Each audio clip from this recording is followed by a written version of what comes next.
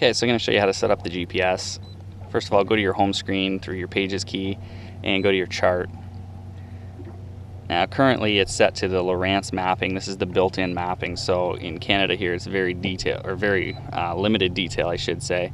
But what we can do is put our Navionics card in, and when you put it in, it'll automatically detect it. If it doesn't, you can go into Chart Options, Chart Source, and then go to Navionics, and then that'll bring up your Navionics chart. And in this unit I have the Navionics Plus card, which is probably one of the most detailed ones out there now.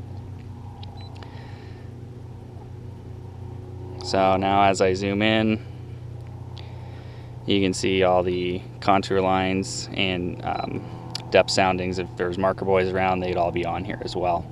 So with the GPS, a couple things I like to do under chart options here. First option, orientation is set to north up. I like to change that to heading up.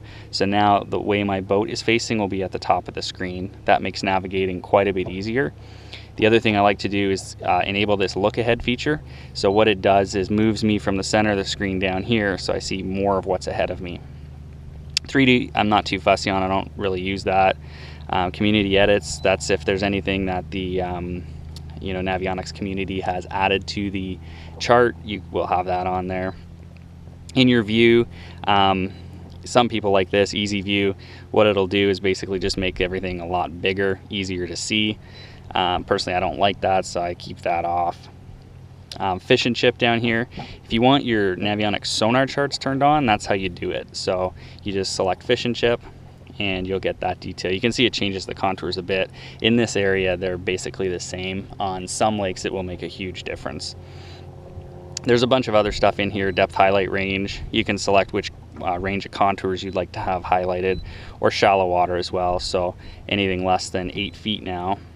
If I zoom out, we'll have a like a shallow water highlight. So if you're running in areas, you can tell where is shallow. So in this case, anything less than 8 feet is now highlighted.